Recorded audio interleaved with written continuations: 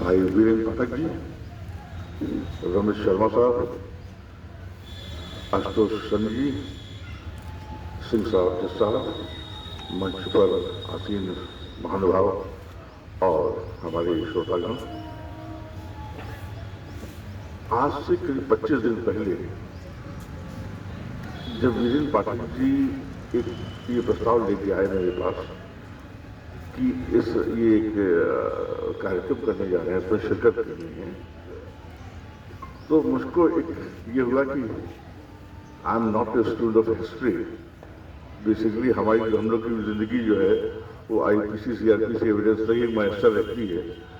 अब ये कहाँ हमको ये कांटों में घसीट रहे हैं, लेकिन चूंकि हमारा इनका एक प्रेम भाव है तो इनके इस आग्रह को मैं स्वीकार नहीं कर पाया।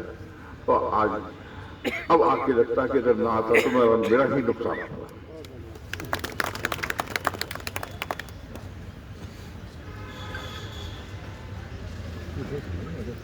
मैं इस चीज का बात पोषक हूं कि हमारी हिस्ट्री जो है, हमारा जो इतिहास है, वो हमको आगे के लिए भविष्य में मार्ग देता है, मार्ग का दिखाता है। आज तो बड़ी चर्चा चलती है कि साहब जो हम लोग का इतिहास लिखा है वो एक राजनीतिक विषय से प्रेरित है, जिसमें कि हमारा जो पुराना इतिहास है, अगर 1857 के बारे में हम लोग बात करें तो एक ही बात दिमाग में आती है कि भाई मंगल पांडे था, मेरे पर म्यूटनी हुई और वहां से म्यूटनी पर, इसके अलावा हम लोग 1857 में इसका कहीं हमने तस्करा भी नहीं समझा। ये तो वीरेंद्र पाठक जी जैसा कोई दीवाना होगा तो बैठ के यही करे कि 2012 से कि खोद के निकाल के लेके आए कि यहाँ पर भी कुछ ऐसा हुआ। और अगर ऐसा हुआ है जो कि वीरेंद्र पाठक जी ने खोज के निकाला तो ये स्वागत योग्य था। ये हमारी मेधा को दिखाता है कि ये चीज जो है, और उसका हम लोग आज एक्नॉलेज कर रहे हैं सन 2024 में। मैं कुछ दिन पहले अभी गया था राजस्थान, पंजाब, तो जो ऐतिहासिक दृष्टि से जो जैसे हल्दी घाटी, जलियांवाला बाग, सब एक टेबलाट लगा हुआ है, उसकी हिस्ट्री के बारे में पता है। तो जो आगंतुक आता है, जो पर्यटक आता है, वो देखता है कि भाई अरे यहाँ पर ये भी हुआ था। ये हमको गाइड करता है, ये हमको दिखाता है, ये हमको अवसर देता है कि हम सब समझे। आज मैं दूसरे की क्या बात करूं, मैं पिछले 40 साल से इलाहाबाद में हूं, पहली बार मैं खजूरबाग आया हूं। आज मैं पहली बार खुद ही आया हूं। मैं खुद नहीं आता था कि सामने से 50 बार निकला सामने से, लेकिन कभी खजूरबाग आने का कभी अवसर नहीं मिला। हम लोग उस साइड में रहते हैं तो एल्फर्ड पार्क ही हमारे लिए बड़ी बड़ी चीज थी, लेकिन एल्फर्ड पार्क का भी इतिहास अपनी जगह है, जीवन। इस संदर्भ में एक बात कहूंगा आपसे, एक सुझाव है। पाठक जी,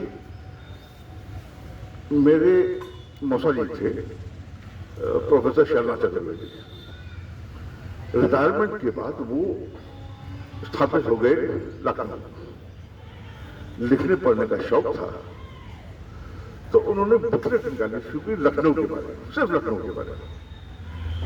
लखनऊ के बंगाली, लखनऊ का बंगाली समाज, लखनऊ का कश्मीरी समाज, लखनऊ का विश्वविद्यालय, सो मस्तो लखनऊ की तवायफा है। एक छोटी छोटी समझिए 30 पढ़ने की सीरीज है, 30 पढ़ने की, और बड़ी अथेंटिक सीरीज है, बड़ी इंटरेस्टिंग तरीके से लिखी गई है, सो दैट कि आप उसको पढ़ें। आप एक बैठेंगे तो जैसे अखबार पढ़ते हैं, एक रीडिंग में एक सीरीज खत्म हो जाएगी, एक 20 पन्ने 30 पन्ने की, और उसके उस समाज के मूर्धन जो व्यक्तित्व हुए हैं उनके बारे में। तो एक दिन पढ़ रहा था उसको देख के, तो उन्होंने देखा जैसे लखनऊ के चिकित्सक, जो पुराने जमाने से चिकित्सक जो थे, उनके नाम पर रोड पड़ी है, उनके नाम पर वो है, तो उनके बारे में कैसे कैसे ये ऐसे अगर डॉक्यूमेंटेशन हो जाएगा, छोटी छोटी पुस्तकें एक रोचक तरीके से लिखी जाएंगी तो, और उसका डिस्ट्रीब्यूशन हो जाएगा, तो लोगों को इस बारे में हमारे इलाहाबाद की जो हमारी प्राचीन सभ्यता है और इलाहाबाद का जो प्राचीन इतिहास है, उससे लोग बहुत ज्यादा लाभान्वित होंगे और उसको पढ़ेंगे भी, उसको देखने को, उसको पढ़ने का मजा भी आएगा। तो कभी सोचिएगा इस पर कि अगर सिर्फ इतिहास पर ही नहीं, इलाहाबाद के जैसे जजेस हैं, इलाहाबाद के मूर्धन्य वकला साहबान थे, बड़े बड़े सीनियर हम लोग, अगर मैं कहूँ तो पाठक जी के जो ससुर साहब थे, पंडित भूषण उपाध्याय, क्या बात है। अगर आप बैठ जाएंगे तो इलाहाबाद हाईकोर्ट का इंसाइक्लोपीडिया, वो समय कैसे निकलता था मालूम नहीं पड़ता था कि 4-5 घंटे की सीटिंग हो जाए तो आप ऐसे इनरिच होके। अच्छा, स्टोरी टेलिंग का भी एक तरीका होता है। तो कहने की बात सिर्फ ये है कि अगर इलाहाबाद के अधिवक्ता हुए, जज हुए, पुरानी बिल्डिंग थी, पुराने मकान थे, कितना चेंज आ गया है इलाहाबाद, और उन चीजों को लिखकर वो उसको संकलित करके अगर डिस्ट्रीब्यूट किया जाएगा तो वो कहीं चीज वो मेरे व्यक्तिगत राय में बहुत सोच हो जाएगा। ये मेरा एक छोटा सा सुझाव है, और पाठक जी को हृदय की गहराइयों से बहुत बहुत धन्यवाद कि इस अवसर पर उन्होंने मुझे आमंत्रित किया।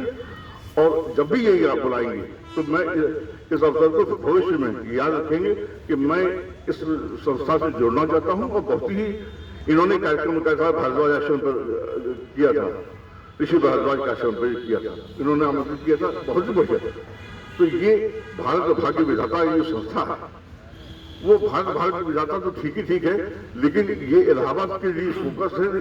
ये उस जो इन्होंने दिया उठाया है, जो मिसाल जलाई है, हम चाहते हैं कि इस भविष्य में भी ऐसा ही होता रहे और ऐसे कार्यक्रम आयोजित होते रहेंगे जिससे कि इलाहाबाद की जो जनता है इससे लाभान्वित होगी। इन्हीं बातों को कहते हुए बात को विराम देता हूँ। धन्यवाद।